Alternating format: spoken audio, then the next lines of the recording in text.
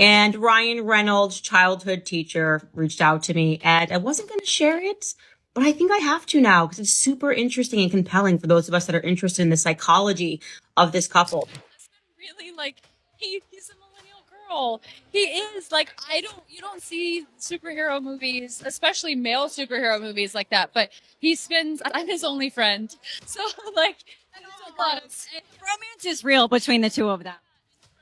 So, Ryan Reynolds, the undisputed king of sarcasm, has finally met his match. And no, it's not Hugh Jackman. This time it's his wife, Blake Lively. The same Blake who balances a Hollywood career, multiple kids, and a lifestyle empire while making Ryan look like a clueless dad in their never-ending Instagram roast war. But this time, she may have taken it a step too far, delivering a burn so sharp that even Ryan had to pause. So it literally took me 9 hours to get through and understand the entire Justin Baldoni lawsuit.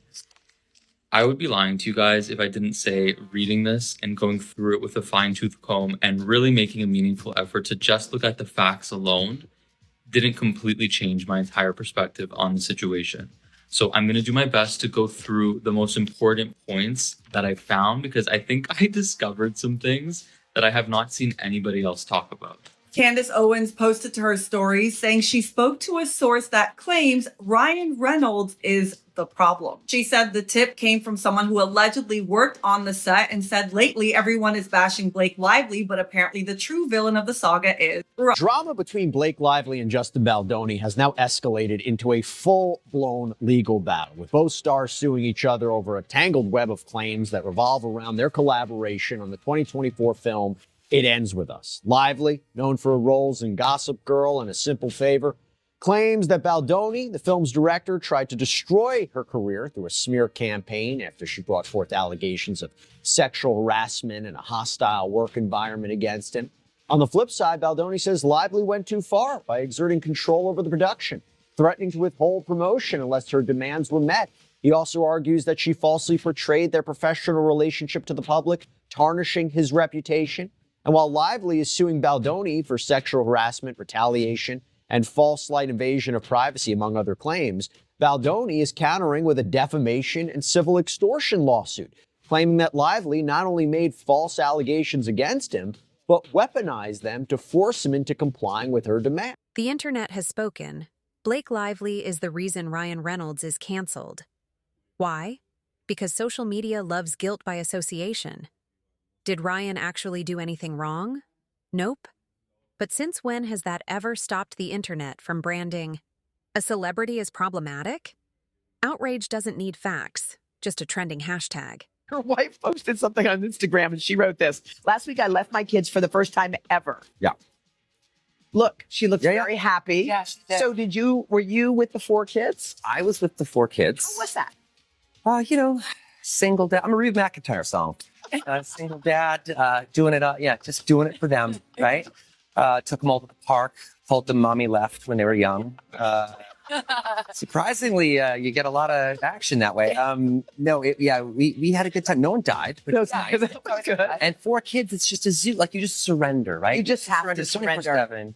You surrender. When we had our 4th, I was so happy because I always wanted to make sure that we always had someone on hand to give me strep throat. And now we're covered. It's rolling sickness. There's just never a healthy, a full clean slate health ever. Is Ryan actually freaking out? For a man who handles PR disasters like comedy specials, his version of panic might just be another sarcastic tweet. But this time, he may not be able to joke his way out of it. One thing's for sure, this controversy isn't going away anytime soon.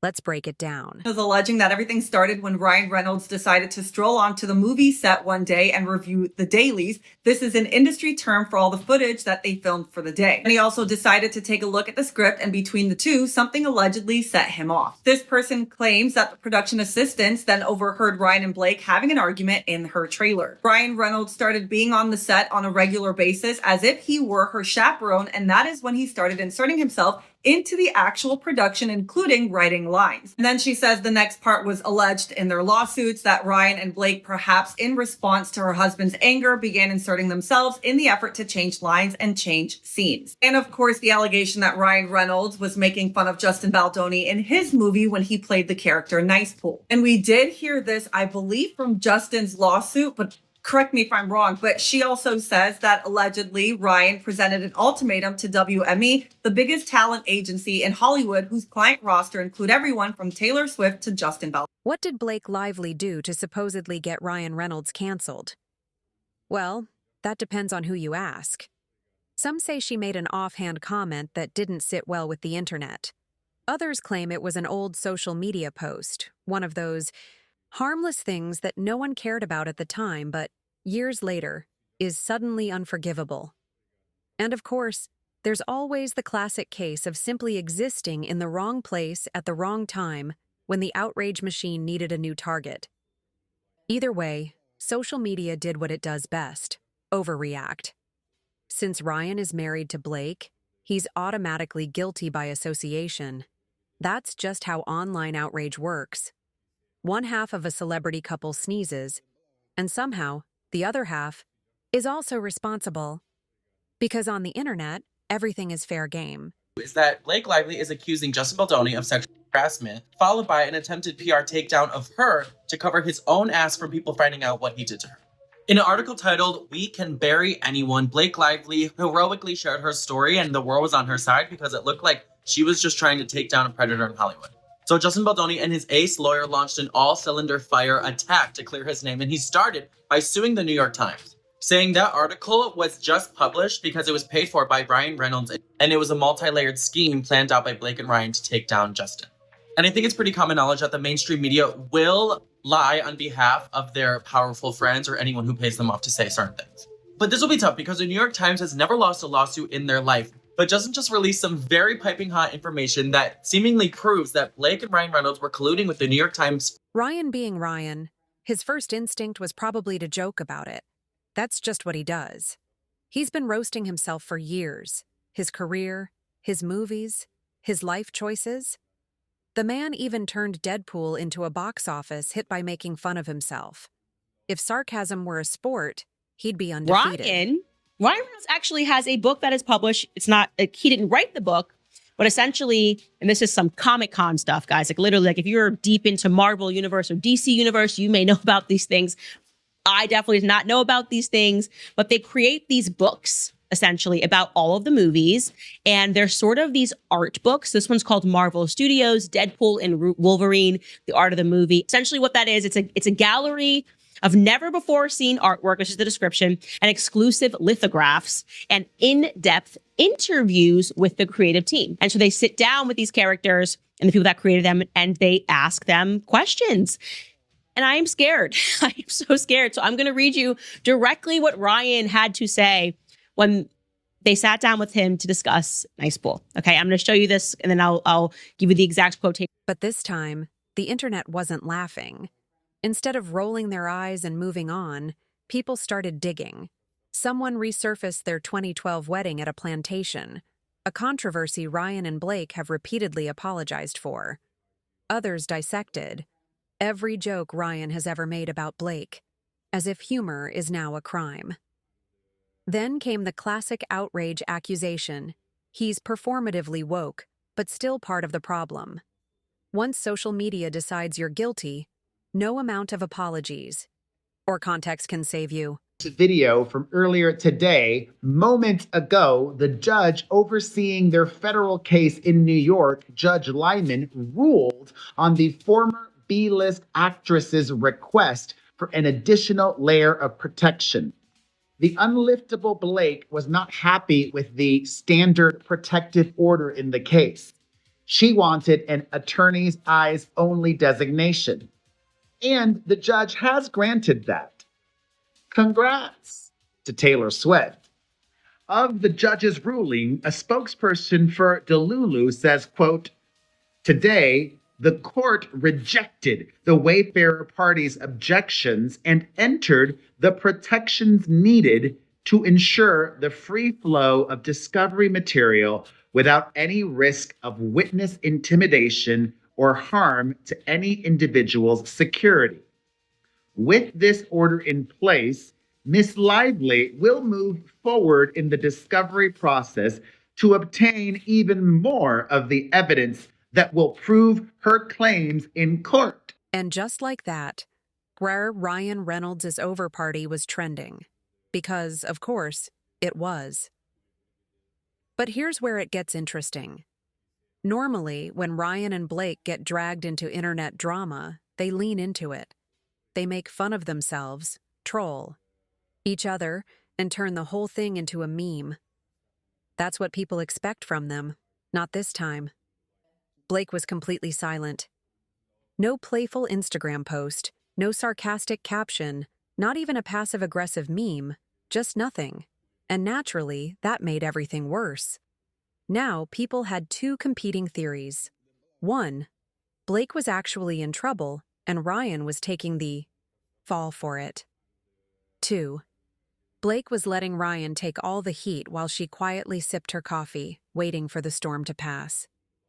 Either way, the internet was convinced something bigger was happening. Being apart from Blake Lively, so much so that when they first communicated with one another, okay, so this is the first time that Ryan Reynolds and Justin Baldoni are speaking to one another, and they're exchanging text messages, and Justin Baldoni does this thing where he's just like so nice and was like, he literally, to sum it up, because I'm not going to read Justin's entire text, he basically is like, I was nervous to even text you. I'm such a fan of you. Like, you're so great. You're amazing. Your wife's amazing.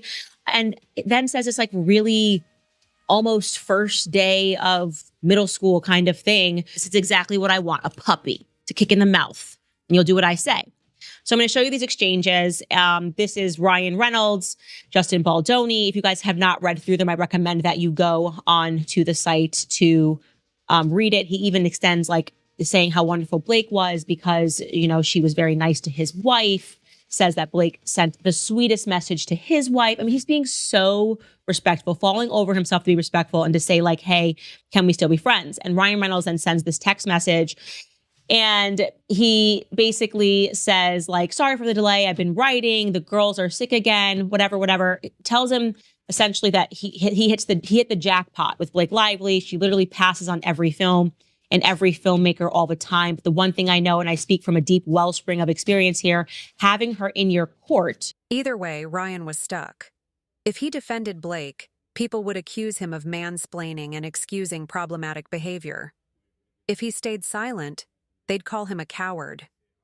And if he joked about it, well, he already tried that, and Twitter practically set itself on fire.